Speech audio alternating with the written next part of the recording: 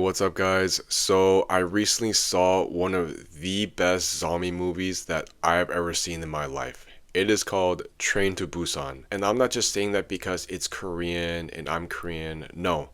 I've seen a lot of zombie movies in my time, and Train to Busan is always at the top of my list. This movie actually came out 10 years ago. And speaking of 10 years, this movie is actually coming back into theaters this Friday to celebrate its 10th anniversary. It's going to be shown in 4K, it's going to be shown all remastered. So I suggest you guys go watch this movie if you haven't already. A movie like this deserves to be watched on the big screen. So the movie follows a father and a daughter who live together. Now, the dad, he's like a major workaholic. Like, he works for this big company. He's always focusing on his work, which means that he has little time for his daughter. So there's like a disconnect between the two. And because the dad is not paying any attention to her, she wants to go visit her mom, who lives in another city since the parents are divorced. And the dad very reluctantly decides to take her to go see her mom, and they take this train in order to go to the other city. Of course, there's an infected person that goes onto the train unnoticed, and pretty soon everybody turns into zombies. Now, on the surface, this seems like a very simple type of zombie story, but this movie is actually a lot more than its simple storyline. For starters, I want to talk about the zombies themselves.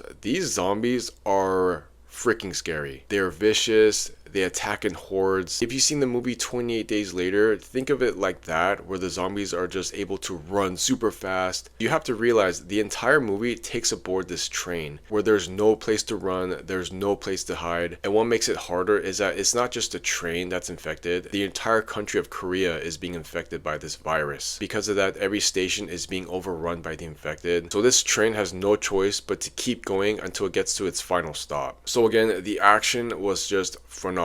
You guys just have to see this movie for yourselves to see like just how scary and how helpless these passengers feel against like this horde of infected. Now, speaking of the passengers, what made this zombie movie just even more special, and I think it's the main reason this movie was so popular, was the characters themselves. Like, a lot of the characters were written so well that they had so much emotional depth to them. Like, we can't help but cheer for certain characters to survive while we want other characters to die. You know that phrase, good versus evil? Man, this movie is like a perfect example of that message. Like, we really witness human nature at its worst because everything is so chaotic. People are like becoming very fearful, which makes them selfish, which makes them only care about themselves, and like they start turning on each other. So this movie really shows us how humanity can be like really evil. You thought the zombies were bad in this movie? Like, the humans are a lot worse. But fortunately, on the flip side, we also see human nature at its best. There are also people on board